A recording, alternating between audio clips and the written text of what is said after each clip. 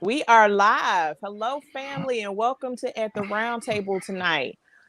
We are so happy to be able to see you guys and talk Mhm. with you again today and this evening. You know, I've been looking forward to being here with my brothers. We got Carrie taking care of some administrative technical stuff. So me and A Money gonna carry this right now. What's up, Mm. A Money? Hey, nothing much, Melly Mel. Nothing much. Just gearing up for tonight's episode as well. Looking forward to it. Right, Um, so right. so how was your day today? Actually, the day wasn't too bad. I can say I am noticing that we are going through changes, as far as work, and then there's changes happening at home. I'm prepping for another senior, so at any Mm, given week, any given day, there's emails, deadlines. Oh, I forgot. On both parts, mine's and hers, and yes. yeah, so you really don't have the opportunity to kind of get caught up in being in a pandemic or in your hmm head because life is still going on. It's This just is true. different. This But is true. other than that, my day has been great. This is true. What about you? Jeez, I'm starting to have what I call the COVID fatigue. Just Mm. being feeling like caged up and not really being able to be social like we normally are. And Mm-hmm. yeah, so dealing with that and but blessed to be able to, work from home still and spend Yes. a little bit more time with the family. And in addition to that, I actually catching up on some of this trial, this second impeachment as well that's in the news. A lot of videos they done shared that was not made public before, and it's been really enlightening. So I've read it. I haven't watched it. I say, you know what, I can't. Hmm However, I am staying abreast on, what's being reported. And it is interesting that now all of a sudden, all of this material and resource and evidence has surfaced. So Yes. it'll be. I'm curious on what and how this is going to play out. Definitely. I hope it plays out like it's supposed to, because I was mentioning it to Carrie right before you came on. I hope it's still some people on in the Senate and the House that has a conscience, because a lot of the details that are still coming out right now in their Mm-hmm. presentation and the videos that they've been showing and interviews, it's really no but one conclusion that you can come to, that it was an insurrection and it was pretty much uh, promoted by 45. Yeah, absolutely, absolutely. And I think that this is the scary part. To have someone like this in the position that they were in, president, you know, the commander in chief of our country, Mm, to stoop to those level to me of pettiness, but dangerous. very. Um, you know, uh, that's scary, and Mm, to have followers that yes. that will do the same. Um, it's hmm it's very scary, and it makes it an uncomfortable atmosphere and an uncomfortable climate to function in. It is. It is. The most telling part about it to me is that I didn't realize how delicate a democracy is, and over the past couple of weeks, having your fellow countrymen pretty much almost overthrowing a government Yeah. is real telling. And so And that's they, why you have those countries that say now they're using this as an example, who do not practice democracy, to say this is why we don't have it. This is why we don't believe in it. So it's so many layers that, immediately you see the effect. And then when you broaden the scope, you see how much more of an hmm effect that it has. So all those people that's been fighting and protesting and may have even been close to swaying their type of government and judicial systems, hmm now it's gone. It's over. yes, So this is true. Well, moving on to more positive things, I like to, and on behalf of Melissa and Carrie as well, thank a lot of the new viewers and then the people who've been following us that just Yes. recently liked the page. So thank you, welcome, appreciate you joining us, and please share, give reviews also. Love Yes. reviews. Let us I know love what. reviews. I love Yes. reviews. Please comment or inbox. Or you can just say, great show. But I'm always looking to improve. I'm always looking to be better. So I have had some people say to me, they like it or they wish that I seem a little forceful sometimes. Seems like I'm drowning out the guy. So I've been trying to make sure I fall back a little bit on that. And I love stuff like that because it just helps me be great. So I see Keith join us. Hey, Keith. KB, where you been at, man? I mean, it felt like a decade since we had you on, man. How is it going? Hoping everything is fine with you and the family. Yes. Miss Terry. Hey, Terry. Terry. Hey, Terry. Terry, I need some more sweet treats soon. Oh gosh, boy, y'all can't go wrong getting some of her treats. Yeah. Yeah. Absolutely. Hmm. So,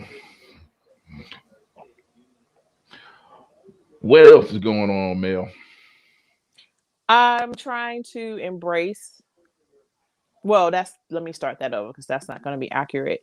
I'm being careful on making sure that I express why I'm not that big on Black History Month.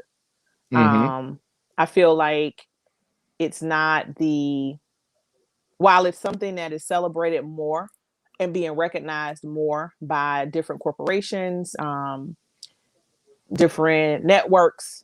Now we have social media platforms to add to that. I still feel that for me, the biggest compliment and the biggest victory for our Black history is to be included in American history and taught Mm. all year round, not just highlighted on a month, spotlighted a month, the shortest month out the year, matter of fact. But we're not going to say anything about that either. Um, Stop editing American history and include all history that's American. So, you know, while I do enjoy having more entertainment, more facts, more segments on news shows, um, in the forefront of it just still shows how lopsided it is because, after February 28th, it's like you're not going to see that anymore. Yeah, so it does. In your not speaking on you, do it feel a little disingenuous? Yes. Uh huh. Yes. Yes, it does. However, I digress on that. Well, folks, we know the main. We have a special guest that's coming on very shortly. We're gonna have Alvin Garrett. Grammy nominated songwriter. He's going to be joining us tonight. We just got a notification. It should be momentarily when he joins us. So that's what we're going to be talking and dealing with today, this evening, and pretty much talking about his successes in the music industry. You know what? Speaking of music, I always wanted to be a singer. Mm. Go ahead. I just did never had the guts to do it, and I don't think I You can hold a probably note. can sing. You probably Uh, can. Well, I very, do, very wishful thinking. but I don't. Uh, like karaoke night, I used to do it around here. I used to do a lot of karaoke nights. Excuse me. And then, of course, I sing in church. So, Hmm. but I grew up in a family of singers, and I thought one of my children was going to sing, but they don't. But they are artistic in other ways. So, Yes. but yeah. So I say, if you want to sing, go ahead and sing. You do a little something. Uh, All right, all right, all oh, right. What's going on, look like I fam? might be saved by the bell. Saved by the bell. You No, say, you were well, saved by the bell. Sing, I bro, was sing. about to Well, I get tell you what, him. if you don't About to want to get sing, I know somebody who will sing. Uh, yes, yes. Let them do it. All right. Well, what's going on, family? It's your boy, Kerry Digsby. I am ill remiss to not introduce the two people that have been holding it down for me while I've been gone. We have the pit bull in the dress. Her name is Melissa Bartlett, as well as Mr. Adrian Biddle, a.k.a. Money. Why do we call him that? When we Because you bring it, can bank bank on on it. it. That's right. Yes, indeed. But without further ado, we get to introduce this amazing brother who is the pioneer of inspirational soul. Yes, I'm about to bring him on, so y'all get ready. The one, the only, Alvin Garrett. What's going on, bro? What's up? What's up, man? I like the way you said the pioneer of inspirational soul, baby. I just said that something, far be it for me to do my homework on this amazing artist and stuff, because you and I go way back, man. I know, man. I know. Yes, indeed. Yes, indeed. It is a truly an honor to have you on board. I would like to introduce you, brother, to the pit bull in the dress. She's the one who keeps everybody in line on here, even our guests at times. It is Melissa Bartlett. All right. Now that sounds a little threatening. I don't want it to come across that way. No. I was about to say, I don't know if you're gonna be able to keep me in line.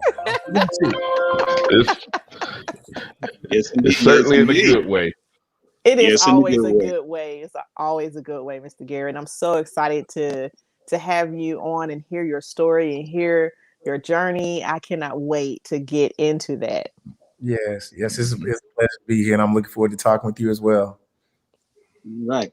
And then, of course, we have the fact checker himself, Mr. Adrian A. Money Biddle. He is the one that actually, makes sure that all the I's are dotted and the T's are crossed and we're in line, because, we can't get no lawsuits. So that's the man. We can't afford that right now. But welcome, That's Mr. right. We're on Garrett. shoestring budget. He keeps me in check, Mr. Garrett. He's the one that keeps me in line. Oh man, yes indeed, yes indeed. So, all right, family, who's gonna start this off? Because again, this brother, if you didn't get a chance to check him out the other night, Friday evening, and his concert, it was truly amazing. It was definitely different than what many of us would normally see. So, I want you guys to definitely get a chance to check it out. But I'm gonna let y'all go ahead and handle it. I'm a man. I'm gonna sit back because I've done this before. But you guys, y'all about to be blessed. Hold on a second. Y'all go ahead. Well, I will say, even before y'all get started, but man, he did the most just amazing summary, blog about the event, and I was like, wow. I mean, I read it and I was like, man, you broke that down so beautifully. So I appreciate that.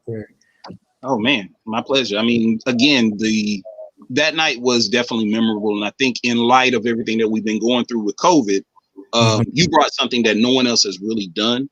And everybody's used to the verses, so and so versus so and so and everything.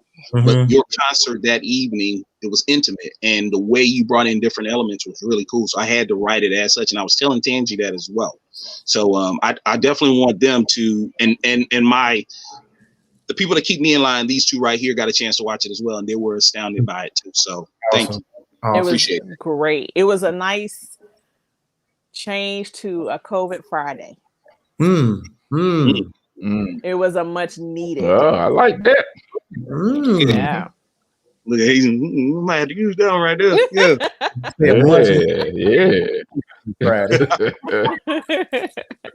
Well, let me ask you this.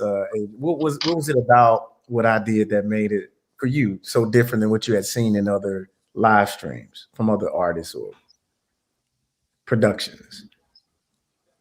Are you talking about me, or is this going to you? The Pitbull, she said it was a different kind of COVID. I think you have there's other artists that have done streaming concerts, jazz concerts. To me, when it's something that's genuine and there is a vibe, it penetrates through all wires, all video, all streams, and it's different. Kerry brought up the verses battles.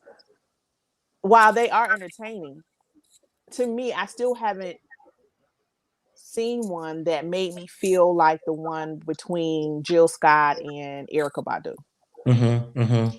The key word for me with your performance and your production, your concert was intimacy. You drew me in to make me feel like I was there. I wasn't sitting in my chair in my bedroom. I felt like I was in a venue and I had a great seat. And so you have some people that will do these concerts and their intent may be great, but they just don't have that soul. They don't have that full fulfillment that's coming through in the music and the lighting and the stage and the actual performance. Yeah. Well, I appreciate. What did A Money? You had something you gonna add before I I was just gonna piggyback off of what Melly Mel Pitbull was just now saying. The thing that I noticed throughout that, as she just stated, was the intimacy and the storytelling with your song. That's something that's key right there. That's something that you don't hear a whole lot of anymore. And that's the thing that actually grasped me with listening to a couple of your songs with the storytelling. So are these life experiences or where the ideas coming from? Because I can tell you old school. I can tell you You're old one school. of my questions, A Money. Oh, my bad. You had already opened up the jar. I'm sorry. My bad. I told you she was the Pitbull in the dress. Did I not? Did I not just say that? No, I think that's good. Go ahead, A Money. Go ahead. I'm just joking. Well, I'll say this to address the production element. What I always do as a producer, because I spent many years as a musical director putting concerts together, being on stage, being behind other artists, watching faces, right? So I always produce music and shows I like to say with empathy.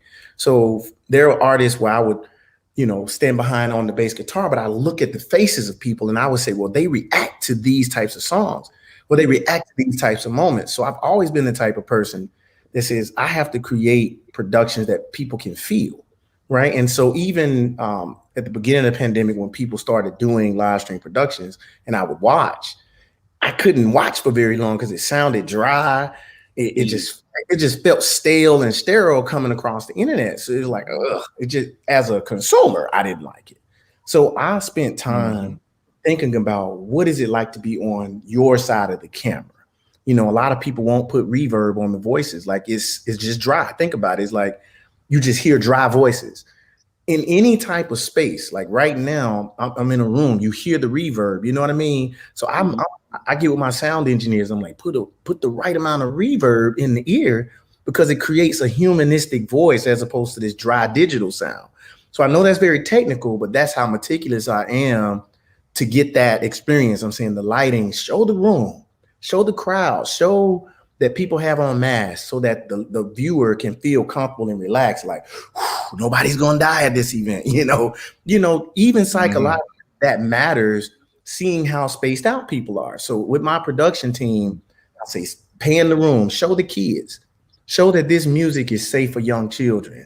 So I intentionally had my children there, a couple of friends I invited, say, bring your kids, teenagers, because I wanted people to say, whoa. And even if you didn't consciously think it, you felt it, like something safe about this music, because I see kids, I see space, I see mass. So all of that I took into consideration and not just what I'm doing on stage. So I'm very hands-on with every element of the production so that I get exactly what you just said. I feel like I got a good seat in the house, and nobody would feel comfortable right now in a room like this. Right. So if you saw people jammed in there, you would feel like that on this side of the screen, which is why I don't sell tickets. I don't even let people pay to come in my room. It's special invitation only because I have to manage the distance in the space so that my live stream audience won't feel the anxiety of the pandemic. I don't want you thinking about that. I want you listening to the music. So I would venture to guess that neither one of y'all watched it and said, man, I hope nobody catch the COVID. That didn't cross your mind because you saw people with masks on. You saw all the empty space. It was spaced out just enough where you don't have to think about that. You can enjoy my music. And I think a lot of times with people who are putting on live productions, they're not thinking about all of that. They just like, let's just go online. We just putting some out there. But I appreciate you sharing that this is how you feel, because that is the level of detail that I go into in addition to the storytelling. Now, to answer your question, all of my songs are written to where I can extract it and tell and write a book about it, tell a story. You know what I mean? And where I get my inspiration from varies from song to song. But I'm always able to if you say, hey man, what were you thinking during that song? What were you thinking about that? I could go on and on and on about it. So when I'm on stage, I can present the story behind the song and connect the dots. And so even with this latest project, The Lightness of Love, every song has a connection, sonically, musically, lyrically. It connects all the way to the end to make you just let me go back to the top and listen to it again, back to the top, because it's a progression. And I think with art, with putting projects together, that was one of the things that I loved about old school music is, you could tell that they thought the projects through. Like they didn't just, oh, let me make some music. Let me put 12 songs together, 20 songs together, throw it out there. No, they would think it through. Like, Marvin Gaye, like we're going to have this prevalent instrument. We're going to use these. It was consistency. It was cohesiveness with the production. There was a theme to the album. Like, I'm saying, Stevie Wonder, what is it? Songs in the key of like, what what I mean? It was, right. There was a theme from top to bottom. You didn't feel like they just, got together and threw something out there. So I'm the same way with my music. I want it feel sonically and lyrically cohesive from top to bottom. So when I am doing my live productions, it feels like you're being drawn into an experience. So I appreciate you all drawing that from watching it, because I put a lot of work to make sure that that's what you experience. Yes, you touched on a couple of my questions that I have for you. So for you being a writer and an artist, how is it when you have the business part of it? So, business isn't too kind to creativity. You have a different timeline sometimes. So when it's time for you to either produce something for yourself or you have a client and there's a deadline, do you find yourself struggling because the timeline is not giving the creativity time to come, or do you work great under pressure? Oh, I work very well under pressure. I'm an ex-linebacker. Pressure don't. My word, pressure don't bust no pipes over here. No, real talk. Yeah, real talk.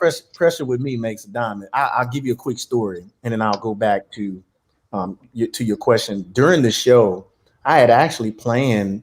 I wasn't planning on singing all the songs until I got the sound check and started singing them during sound check and realized, oh boy, I got to sing these songs. So I literally, at about 2 hours before start time, sat down, went back into the computer, reproduced all the songs, gave them to the production team, and then changed the show in a matter of, but most people wouldn't have pulled that off under that kind of pressure with that type of timeline and get up there and sing. Right. And I'll say that does come from, me. I honestly say, taking karate growing up, playing football, high pressure moments to me should bring the best out of you. And so my background is in business, right? I studied business. I didn't, I got a degree in business. I didn't get a degree in music.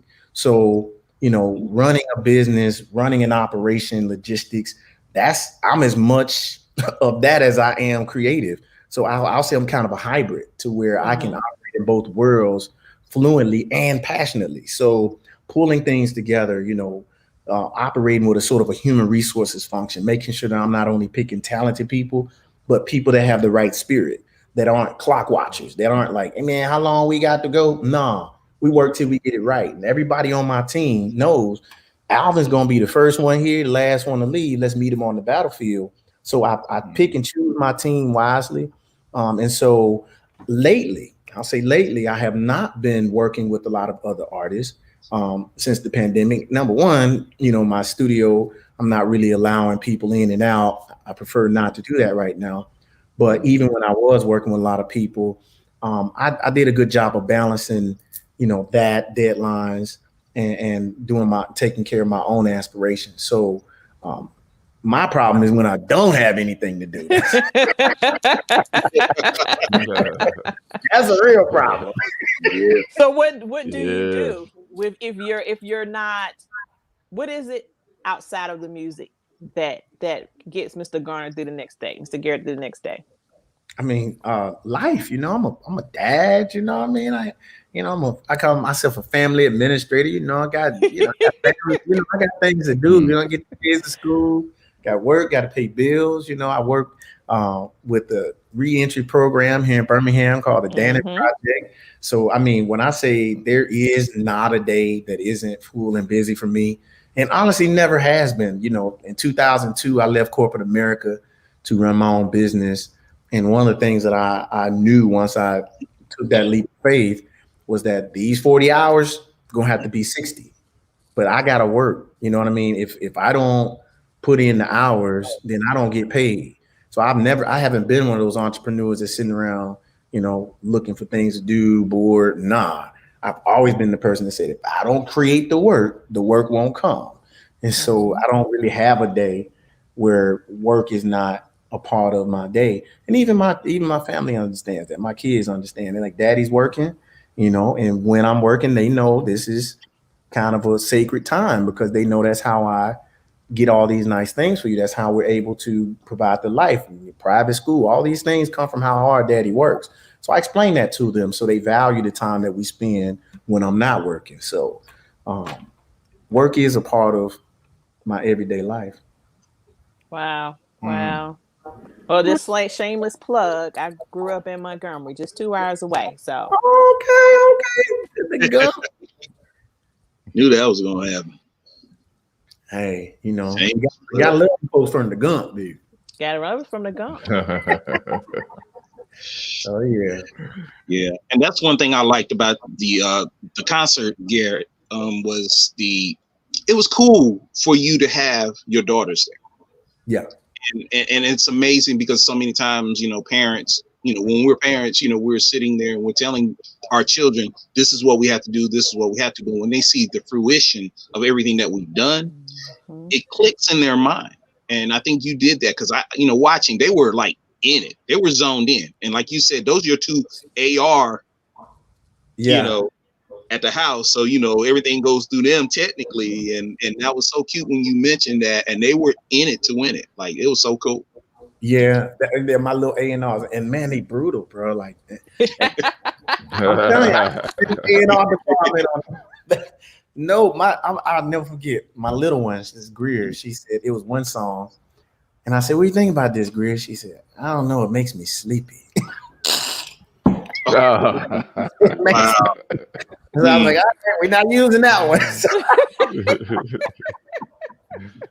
So I'm like, and they'll tell you right away, man. If it's right, they'll say, oh, I like that one. Even with the music, before they hear the words, they'll tell you. It just clicks. They'll know. And so I'm like, you gotta listen because they're so objective.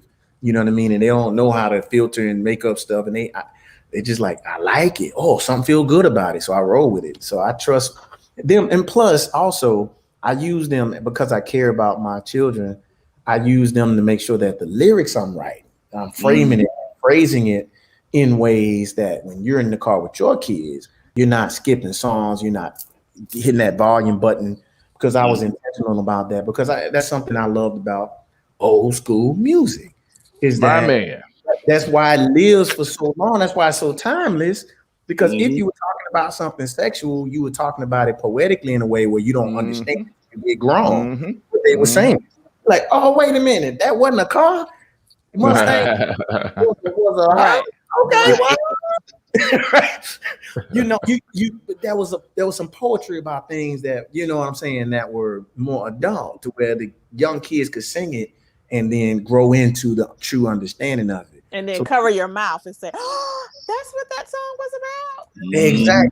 So I love that in terms of the artistry of that, and even in my song, My Gift to You, I sort of slipped in some play on words there in that song where I felt like, okay, I'm being slick right now, grown, but It's like, oh, the packaging, yay! Like, nah, mom say the packaging, you know.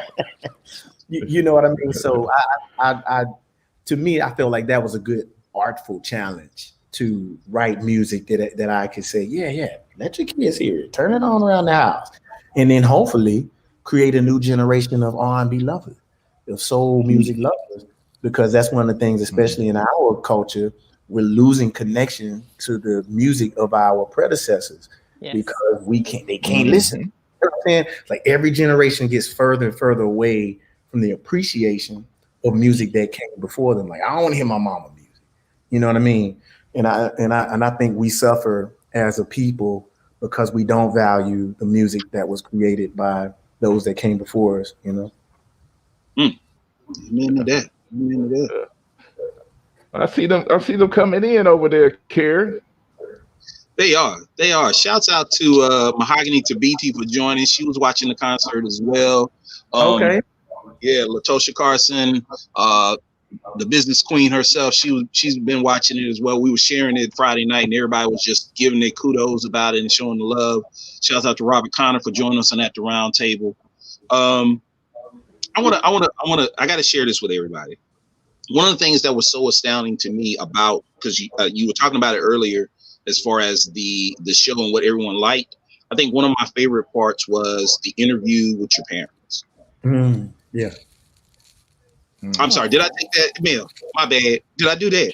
No. Okay. You know, I am very I love family.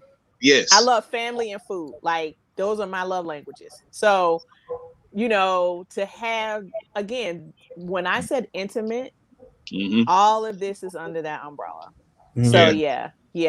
That was what the face was for. I was like, oh yeah, Yeah, to me that was amazing, because the fact that you did something that, you know, well, you play sports, so you know how it is whenever you play sports and stuff and you get on TV and the first thing you give a shout out is to mom. Oh, thank my mom, you know.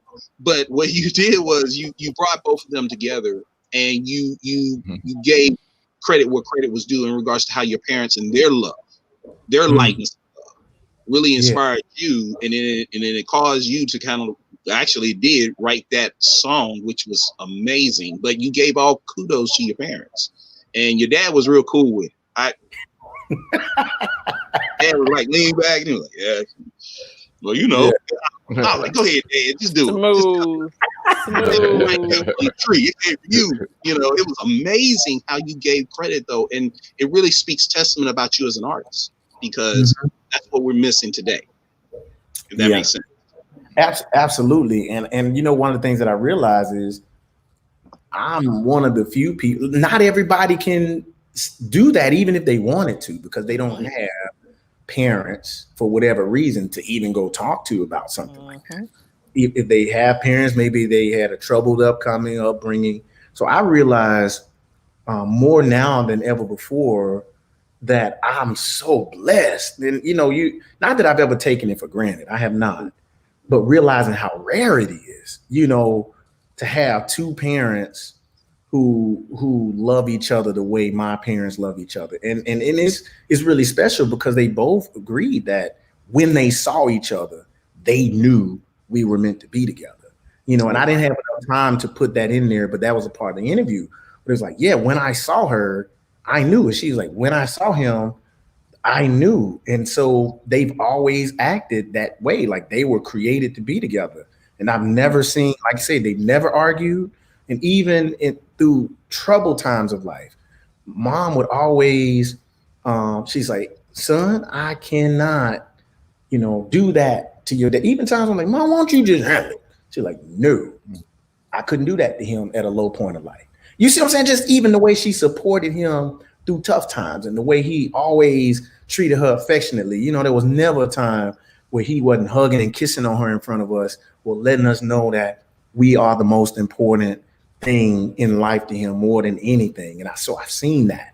And so that song in it totally describes what they've lived and what I've seen growing up, you know, and it gives you something to aspire to. Oh, I feel my chest getting tight over here. It's so beautiful.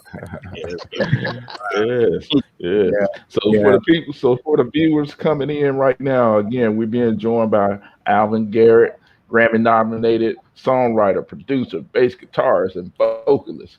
Now I'm about to get in the head of a songwriter, if you don't Come mind. on, come on. Do, do, So do. I want to know the process. I want to know the process because I know it varies from different people. But being that you are such a prolific songwriter, my Mhm. question for you: when starting off writing a song, does it begin with a beat, or does it begin with just something that you don't went through? And then on top of that, I'm just thinking musically because, like you said, you just mentioned that you think about the bands and everything, being that you're also you play an instrument as well. So I want to know how all that comes together, if you don't mind.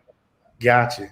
Well, honestly, lately, I try not to box myself into how it comes to me, right?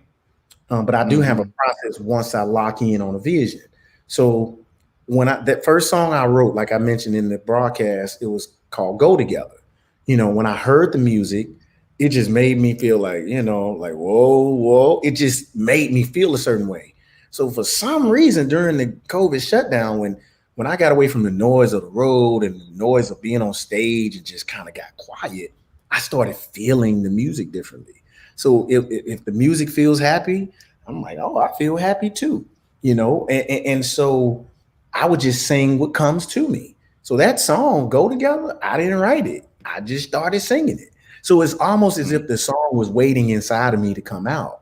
You know what I'm saying? And so Hmm. and once I started experiencing the song with my kids, like I played it, then I was laying in bed one morning, I just heard The Lightness of Love. LOL.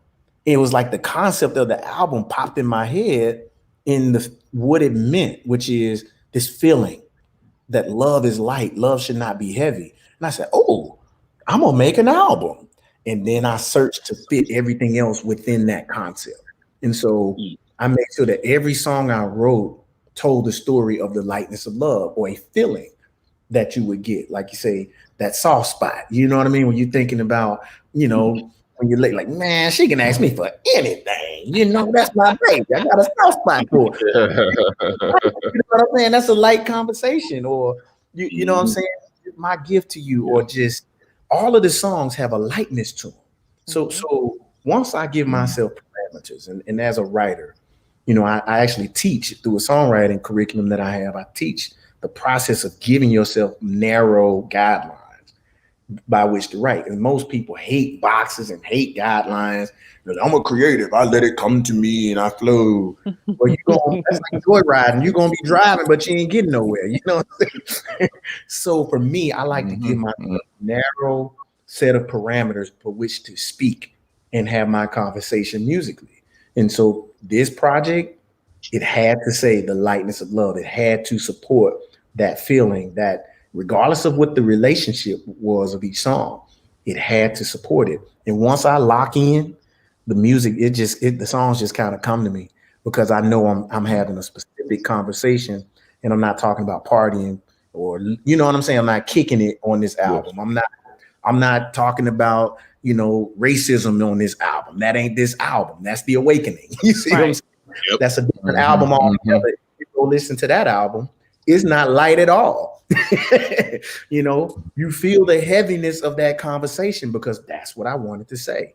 So it's more so as a writer, I have my own process of writing songs to where if you gave me a topic right now, I could write a song about it. But I make sure that I box myself into a certain group of marketing perspectives as well, because everything I do with marketing has to line up with the music. So I'm saying that Mhm. feeling you all got, I was like, hey, let's make sure the set looks and feels light. Let's make sure everything feels like the lightness of love, from the colors to, the lighting to even the light band. I was like, no, I don't want a full set of drums. I wanted the band. I said, don't bring two keyboards. That's too much. It's the Mhm. light love sound. So I even broke the band down to very small pieces because I wanted it to feel light. So, I All think I right. answered. The question, yeah. You did. You did. You definitely did. Shout out to Interesting. Charlie too. She done joined us. What's going on, Charlie? Guess who we have Charlie. on? The man himself, Mr. Alvin Garrett. Hello. Yeah. Hey. She was on there. She actually shared it. Yeah, she's out of the VA area, so she was sharing it with folks as well, talking about now I get to share some good music. That's what she said that night. So, Yes, thank you, Charlie. Thank you for doing that. I appreciate it, man. And you know, in the VA, they know good music in the VA, buddy. Yes, they do. Yes, they do. Yes, they do. So, quick question in regards to the set. Who came up with the concept for the set that evening, like the whole layout? You? Well, no. I have a wonderful team. That's Joanna Shepherd, and she's with Value Rose. Actually, she's one of the country's leading event planners, wedding planners right here in Birmingham. And so that was her concept. Of course, we sat down in the team, and and I give people autonomy to be creative, and they see the parameters. So she came up with the set, had it built with her team. And so, that was Joanna Shepherd. And so what I've done basically is through the pandemic, you have a lot of talent here in Birmingham, people who have national credentials who are maybe moving around touring. So I just found all the best people in each industry that were independent contractors. Hey, let's make a team. Let me invest in keeping y'all working, but bring me all of that talent. We've been out here making everybody else look good on the road. Bring that over here.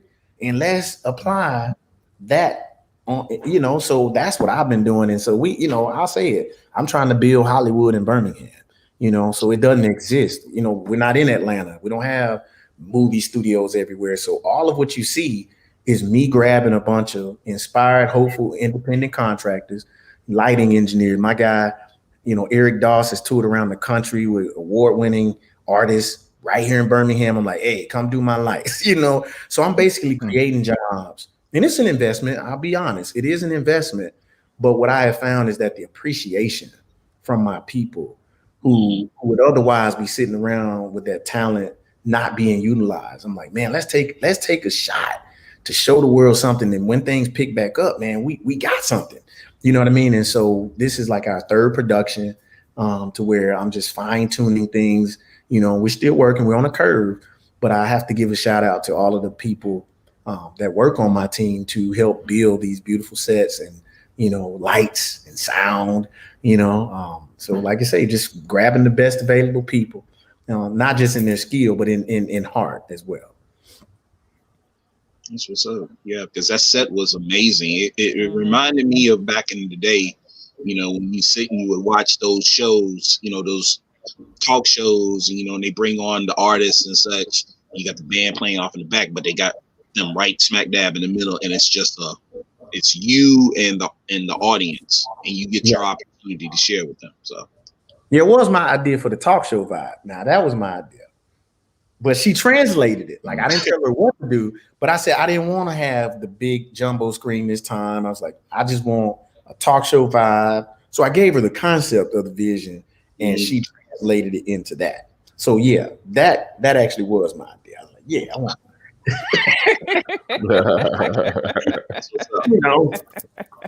you get your pack. Go ahead.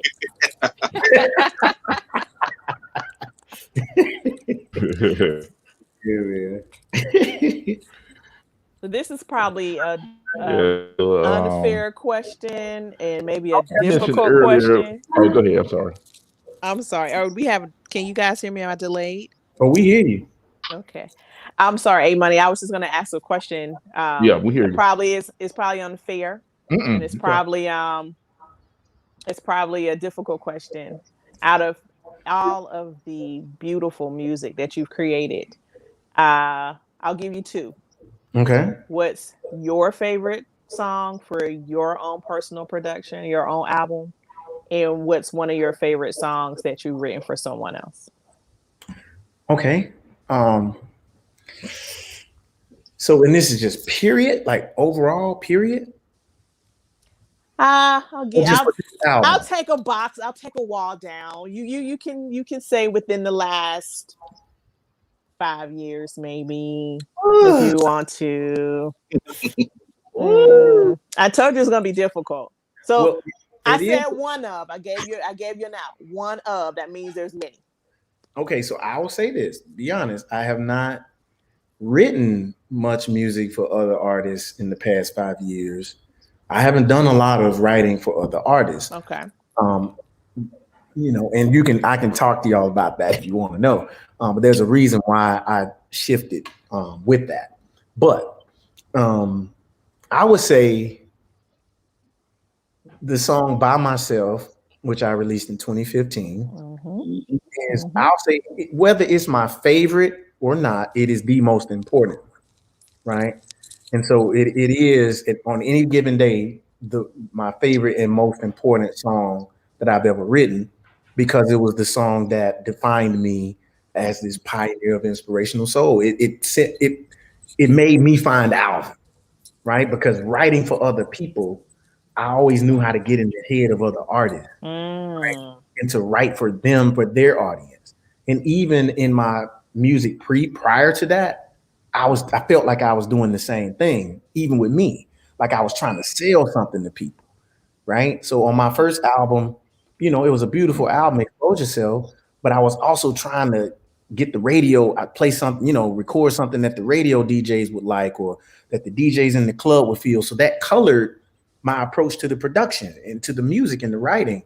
What other people thought about me was something I considered prior to 2015. When I wrote By Myself, it was like, boom, this is me. This is me. This is how I feel. Y'all done told me no long enough. And if you ain't gonna stand with me, if you don't go with me, I'm gonna go on by myself. That was me making my statement to the rest of the world that I'm tired of asking y'all to help me. Friends, foes, it don't matter. I'm gonna do this thing. And so that was sort of the song that defined me. And it's to this day, so many people hear that song and say it inspires them. But I can never put another song above that in terms of the meaningfulness of it. Now, I have other songs that I think, if you were like, okay, besides that, do you have another one? Depending on what day it is.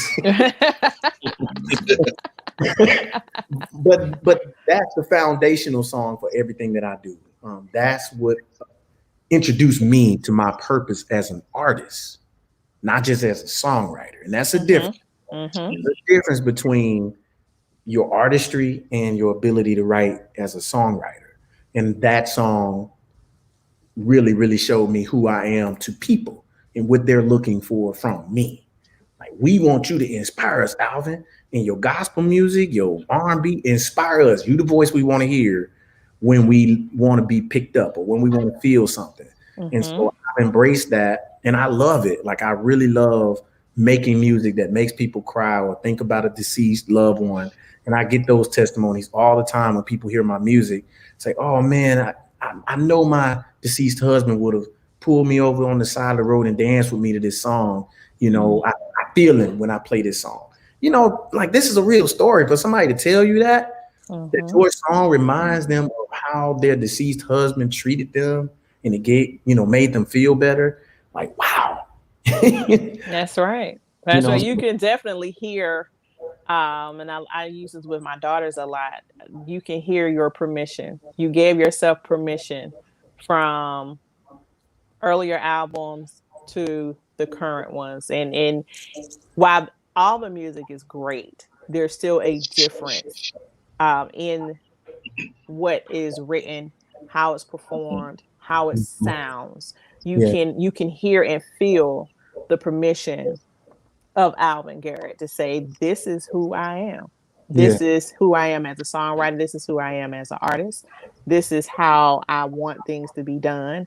You have it on your level. You have it on your kind of checklist. And it's in every note of the song. So Yep. And that was and I'll say, to answer your other question, which was what's the favorite song written for other artists, and I'll say my first placement with one of my favorite R&B singers of all time is Joe. And this song, I was gonna say Joe. Well, I'd rather have a love. That was, woo!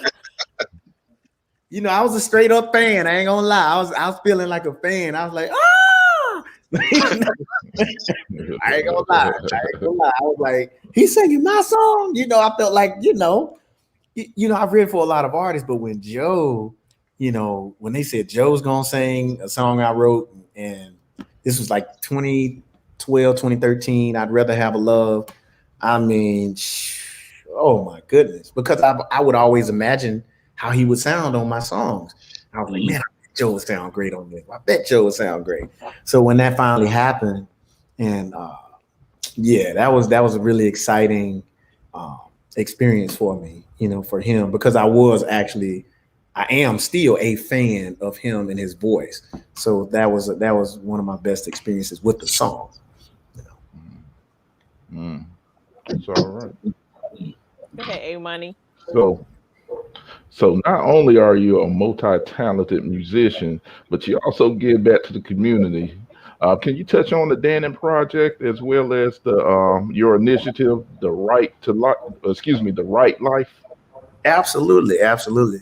Well, the Dannon Project is a social services reentry program, a train to work program here in Birmingham, and actually, we are the number one Department of Labor funded organization in the country at what we do, and just over 20 years of service, over 8,000, you know, people, you know, coming through the program, becoming contributors in the community. It's just an amazing project here. And a few years ago, and the Dana Project has always been a supporter of me and my aspirations musically. You know, they always come to my concerts and support. But a couple of years ago, I had a vision to start a songwriting class in the curriculum, and they believed in me and brought me in to teach it to their participants. And over the years, we found that just this class has been sort of a transformative elective to all the other programming. And we've seen the students that come to my class, you know, they start performing better in all the other classes. It gives them a positive outlet to make music. And as we all know, music is such a major part of the culture Hmm. development of our young people, you know, in terms of Yes. the negative culture development, shall I say. But Hmm. we are building a program that becomes sort of like an antidote to that. So you can't use the N word. You can't call women B's and H's. You can't do that in this class. It's a positive reinforcement class. It's a no pollution policy, and even down to the discipline that we train in our class. Like, hey, you can't curse in the class. Now we don't punish them if they do, but they catch Hmm. themselves. Man, you can't. Hey, man, you can't say the N word. You know what I'm saying? Like they respect it because we spread that love. I lead the way, saying love and respect in the class. So it gives me an opportunity not only to teach the tenets of songwriting, but to be a father figure and a big brother to young people who may not have had that, and to show love and know that I am playing a part of not just the music, but they're learning the things they need to learn to get out in society and never go back to jail again. And so that is the wonderful part of what we're doing here with the Dannon Project. And we're always open to contributions, dannonproject.org, to learn more about what we're doing. They can donate there. And also, we're going to be releasing this music. And we've put a couple of videos out on YouTube, but we're ramping that up. I have a really great vision to get this music heard that they're creating. You know, during the show, if people go watch it, we actually played a music video that we recorded. Mm. So I wanted to feature them during my live stream because I tell them, I said, look, as I go up, I'm going to uplift you guys. I'm going to show the world what we're doing here. Just stay positive, stay engaged, complete your classes. And if you're interested in music and really doing it seriously, we'll help empower you there too. So we have an entrepreneurial program that we can graduate them into if they want to learn about the basics of the music business and not just rapping, recording it, putting it out, rapping and putting it out. So we'll teach them that if they're serious. But the major goal of the program is to give them something positive to engage in as they're doing all of the other training.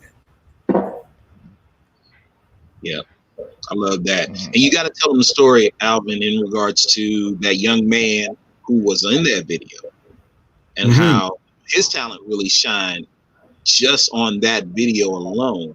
You know, I think you were saying how long it took him to develop it. Oh yes, man. The young man that was in the video that hopefully everybody go back and watch. Um, you know, he wrote that verse the day of and recorded it. It was one take, you know. I mean, literally one take, and it was an and if you go break down the lyrics, I'm like, whoa, he didn't miss a beat. He wasn't all over the place. You know, he really applied the teachings of the class in terms of that narrowing down your thoughts, you know, and he delivered the perfect verse for the song topic, because in the class we have group discussions and we go through what are the pinpoints, what are we talking about. I don't want to hear about no partying in the club if that's not what the song is about. Don't freestyle on me. And so he just did an excellent job. And he's also one of the young participants who actually came and worked at my event. So he had a chance to shadow my event planner. So not only are we, you know, teaching them how to make music and how to do that, we're giving them job opportunities. Hey, if you want to come work at my event, come on. And that's one of my bigger goals, is to have my participants running the cameras, running the sound. So we want them coming in shadowing my trained professionals. Let them intern so that they can learn other skill sets aside from their 9 to 5. You know what I mean? So that's a part of the things that we're doing, not just making music, but hey, teaching you how to gig and how to pick up a little extra change so you don't have to make bad decisions to get a meal. Mm-hmm. So it's a very rewarding thing that we're doing. And so I appreciate you, you know, asking about my man. Yeah, he killed him. He killed him. Yeah, yeah. Oh, A-Money's thinking. I can see it up there. Look at it. I was like, that's a lot of silence for all those brilliant minds on a lot of silence. We get so eager, and so sometimes we kind of like, so I always make sure taking some criticism from some of our viewers to say, you know what, fall back, let the guys have a little, you know, because I can talk and I can go and I can go and I'll take over. And I don't know. It's black. It's time for Black Girl Magic. Oh, speaking of Black Girl Magic, Charlie 2 said that's how we used to do it. Learn skill sets from others. Awesome. Yes. Oh, here got another. Shatoya Arnold, thank you for joining us at the Roundtable Podcast Show. Angie Bell, thank you for joining us. Question came up. Any thoughts on expanding to other cities? Absolutely. Absolutely. Right now, we are building the model here in Birmingham. We're building the model. And we're already talking to other agencies about implementing the programs in their cities. And also we're meeting here with our school systems, talking about how we can implement this into the school systems. So, of course, I'm starting here at home, but I'm doing it in a way that we can spread out and implement this into other school systems, because it is very elementary the way I teach it. And I have it, you know, the curriculum is very, very easy to teach. You know, of course, I add an extra flair, but once this is finished, and, you know, because I'm in a modeling phase right now, just so I can have my evidence. So when I come to your town to implement this, they can see, this is how this can work for our school system. Because one of my goals, our arts programs are suffering. And I think it's because we're not going with the times. You know, not everybody's playing instruments. And I'm a musician, you know, but not everybody's engaging the music industry with instruments. Right. They're making beats. They're marketers. They are branders. There's so many other ways to engage the entertainment that is artful, but the school systems are still blowing horns and playing piano, and that's fine.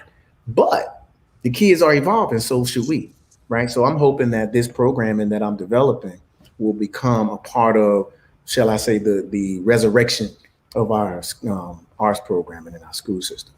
I think that is so awesome, because our arts are gone. You know, let's talk about it. They pulled the programs completely. And then they're still very, you know, old school in what they're offering. You know, you got choir, band, and shop, if you get that. And you're so correct when it comes down to our children are on a different level. They are not us when we were, you know, 5, 6, 7 years old. They are automatically catapulted to a different way of thinking and a different mental and learning level.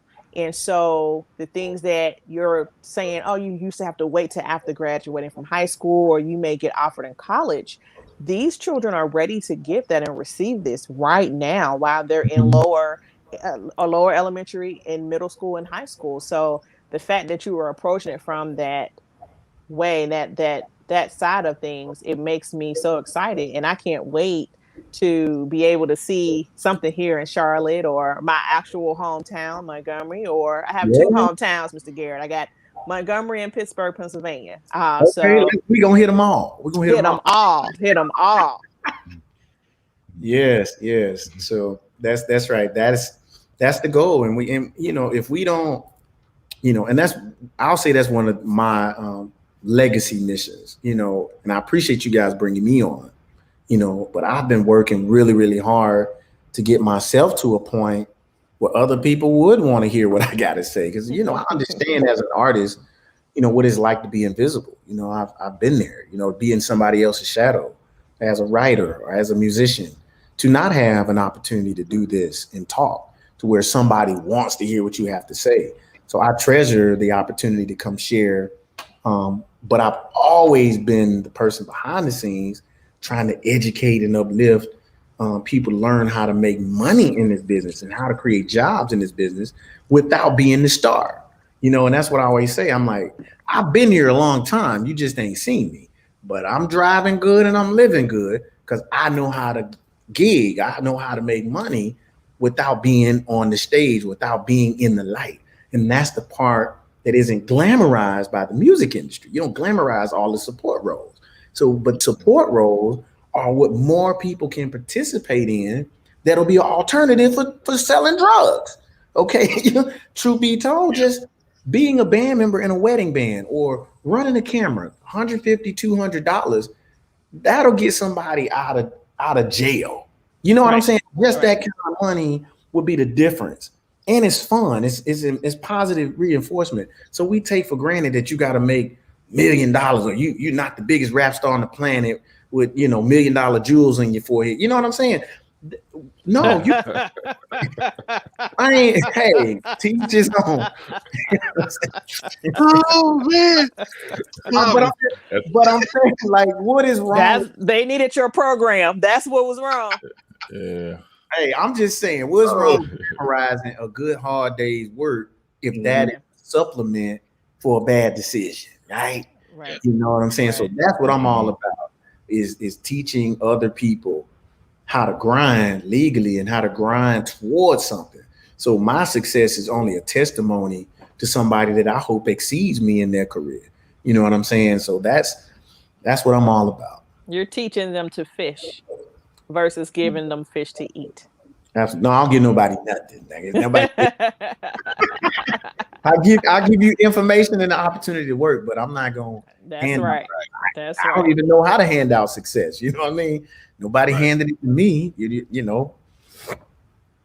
Mm-hmm. Yes, you have been successful in regards to that, bro. And this is the part of the show that I just hate. I hate it, but we get to that time, you know, and we could do this all night, really. Yeah. Then Mel get in trouble, then, you know, A Money will get in trouble, then get a call from upstairs. So it's that time which we have to close. But we want you to definitely share with our viewers, you know, how can they find out more about Alvin Garrett, the artist, the things that you're doing, the Dannon Project. Definitely we want to shout that out and such. This is an amazing program that is going on. And anything else we need to know, our people, our At the Roundtable family need to know about you. I'll say alvingarrett.com. I'm refreshing and updating the website as we speak. And that'll be where you can just keep in touch with everything I'm doing. And also, I try to stay active on social media. The Alvin Garrett. That's on Facebook and Instagram. I'm not a Twitter guy for some reason. I ain't quite got into Twitter. But Facebook and Instagram is my two platforms of choice. And that's The Alvin Garrett for people that want to stay in contact there. So I would love to hear comments, certainly about the music or anything else that I'm doing. I love people. Like, I love people. And that is one thing that I'll share before we go. You know, for anybody aspiring to be in this business, you have to have a genuine love for people. You know, if you can't stand the people that's gonna be listening to your music, you might want to find a different business. And there's a lot of artists out there like that. They don't like people. So people aren't here to serve you. You're here to serve the people. You know what I'm saying? And so I always keep that at the forefront of what I'm doing is I'm here to be a servant to you all, to your life through my music. Y'all not here to cater to me. And I've seen that with other artists. They're like, hey, cater to me, get me this, get me this. And then they disappear. You know what I'm saying? Because people like, I'm tired of serving you. What about me? Make me feel special. And so that's my approach to everything I do. I'm here to serve you guys with wonderful music and experiences and through my time and service. So I thank y'all for this opportunity to talk to your supporters. What's up? That's what's up. Mel? Yes. And family, don't forget to go out and listen to his latest album, The Lightness of Love. Yeah. You won't be You won't be disappointed. disappointed. Not at all. Not at all. Well, I'm just going to say it's been a pleasure. It's been a joy. It's been an inspiration. It's been fun. And it's I can't wait to see what else comes, what else happens, what else is Mr. Garrett going to give to us in the upcoming months and in the rest of this year. You know, please stay motivated. Please stay doing what you're doing because you have something special that definitely is breaking the monotony and the heaviness of this pandemic right now. And I'll speak for me personally. You know, I have a couple of the albums on rotations now and added to the playlist because you need that to keep you going. So please, please, please continue doing what you're doing. And thank you so much for what you've already done. Thank you. Thank you. Well, I'm going to keep at it. Thank you, everybody. The Lightness of Love. Go rock with it. All right, family. Y'all heard it first this evening on At the Roundtable Podcast Show. If you did not get a chance to watch the show in its entirety, check us out. We'll have it on the YouTube channel as well. It's At the Roundtable Podcast Show. We'll have it up, of course, on Facebook. Definitely share this because I think the message that is in it is not just the music, but it's also the man behind the music and the things that he's doing in order to help uplift our community. Again, check it out, share it. Y'all heard it first right here at the Roundtable Podcast Show. I get to introduce Melissa Bartlett, aka Pitbull in the Dress, A Money, the man, the myth, the legend, Mr. Alvin Garrett. Thank you again. And I'm your boy CD. Stirring it once again. Love y'all, meaning. Y'all be good. Y'all take care.